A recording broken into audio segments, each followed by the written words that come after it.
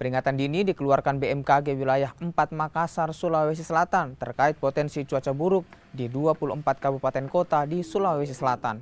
Hujan dengan intensitas tinggi disertai angin kencang diperkirakan masih akan terjadi di wilayah Kota Parepare, Kabupaten Baru, Kabupaten Pangkep, Kabupaten Maros, Kota Makassar, hingga Kabupaten Takalar.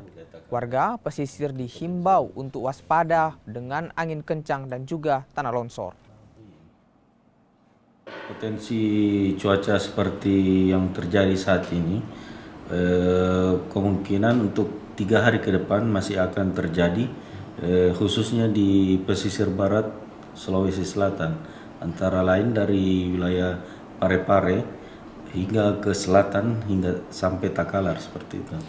Parepare baru Pangkep, Maros, Makassar, Goa, Takalar dan seperti itu. Untuk potensi hujan lebat sendiri yang seperti saya katakan seperti tadi yaitu di wilayah pesisir barat ada beberapa wilayah daerah yang berpotensi, salah satunya Kota Makassar.